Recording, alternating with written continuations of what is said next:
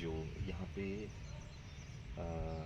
2012 से यहाँ पे भगवान श्री राम की लीलाओं का मंचन भी इस स्थान पे होता है। तो ये बहुत ही यहाँ से लगभग 50 मीटर पे यहाँ पे नैनीताल कालाढूंगी का मुख्य मार्ग भी है। तो अक्सर जब भी समय मिलता है तो मैं यहाँ पे आता हूँ। और क्योंकि ये ऐसा 2008 से लगातार पंचायतों में कार्य कर रहा हूँ प्रधान के रूप में। और अभी मैंने आपको शायद ज्ञात होगा कि 2022 में मैंने नैनीताल विधानसभा से विधायक का चुनाव भी मैंने लड़ा था, भ्रमण किया हुआ है। उसके बाद जो पंचायतों का इतने 18 साल का जो मुझे अनुभव है, और वो यदि मैं क्षेत्र पंचायत के रूप में हमारे जितने भी अभी दो पंचायतें हैं, उसमें लगभग 12 के समय आसपास तोक हैं। बड़ा है, स्वयं में अपना मंगोली है, मंदसौर है, भेवा है। तो उसके बाद हमारे जो गहलना क्षेत्र है, विकास जो है एक निरंतर प्रक्रिया है। तो इसमें कई हमने पहले काम किए भी हैं, और जो अछूते काम हैं उसमें से मुख्य जो है चाहे मंगोली से गहलना सिरमौरिया जो मोटर मार्ग जो अभी सर्वप्रथम पांडे जी, मैं आपके चैनल के माध्यम से संपूर्ण क्षेत्रवासियों को, क्योंकि कल ही हरेरा पर्व हुआ है, उसके माध्यम से मैं समस्त क्षेत्रवासियों को जो हमारा लोक पर्व हरेरा है उसकी हार्दिक बधाइयाँ और शुभकामनाएं देता हूँ। जैसे आपने बताया कि किन मुद्दों पे चुनाव मैदान में आप हैं, तो मैं लगभग निरंतर 2008 से पंचायतों पे कार्य कर रहा हूँ। तो मुझे पंचायतों में जो भी जितनी भी योजनाएं होती हैं या अन्य जो भी विकास कार्य हो सकते हैं, मुझे उसका काफ़ी कहना चाहिए कि अनुभव है। तो पहले मेरे पास केवल मात्र गहलना क्षेत्र था।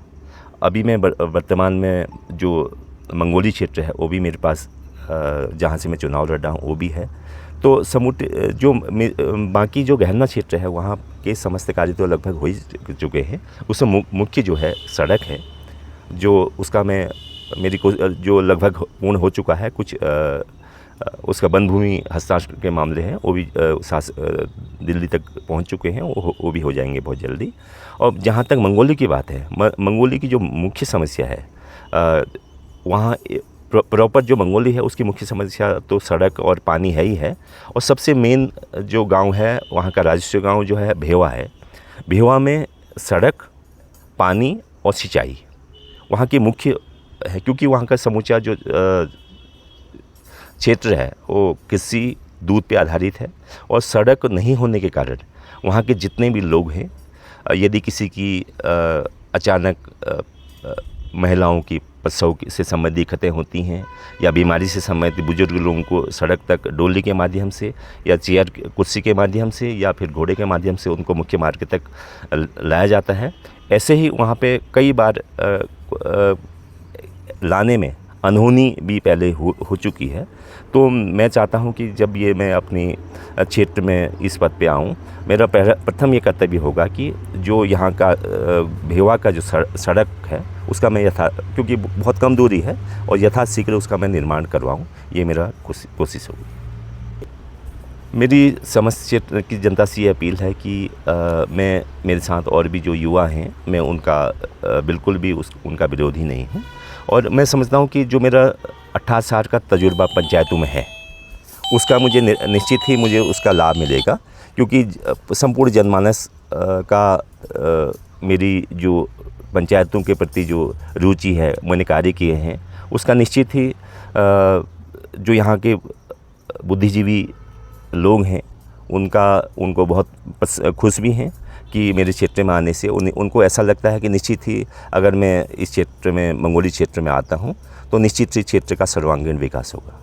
नहीं पांडे जी, आपने ये बहुत अच्छी बात कही कि जैसे आपने पलायन की बात कही, हमारी जो आपने देखा होगा उस समय कोविड काल था, उस समय अनेकों युवा जो बाहर अपने रोज़गार कर रहे थे वापस घरों में आए, तो उन्होंने यहाँ पे उसके कई वजह हैं। जैसे मैंने अभी कहा कि यदि हम भेवा की बात करें तो आपने वहाँ पे एक तो सड़क से दूरी, और दूसरा यदि कोई व्यक्ति हमारा कोई चीज़ को उगाता है, उनकी फसलें होती हैं, तो मुख्य मार्ग तक आने में उनको बहुत ज़्यादा समय लगता है, या फसल जो इतनी उसकी कॉस्ट आती है कि वो अपने मेन जैसे हल्द्वानी कोई माल पहुंचाना चाहें तो वो बराबर हो जाता है, वो तो एक कॉस्ट है।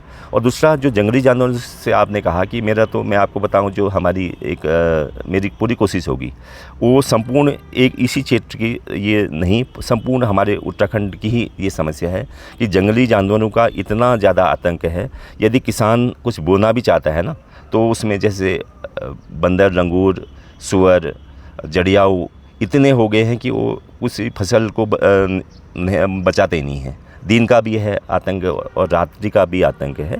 तो मेरी कोशिश ये होगी कि उनके लिए वायर फेंसिंग, तार बाड़ या हत्ताबंदी जो भी है, उसके लिए विभागों से प्रयास किया जाएगा उसके लिए, और ये तो बहुत ही ज़रूरी है। पारंपरिक बीज नष्ट हो रहा है, ये मैं पारंपरिक बीज की जहाँ पे बात करूँ, उसके लिए मेन जो है ना, आपका यदि जो युवा हैं, युवाओं के लिए यदि हम, क्योंकि सरकार की योजनाएं ऐसी तो हैं, बट वो धरातल के लिए हमारे यहाँ पे क्या क्या आवश्यक है, कौन सा बीज आवश्यक है और कौन से बीज यहाँ पे हो सकते हैं, उसके लिए तकनीकी जो शिक्षा अवेयरनेस कार्यक्रम पहले युवाओं को देने पड़ेंगे।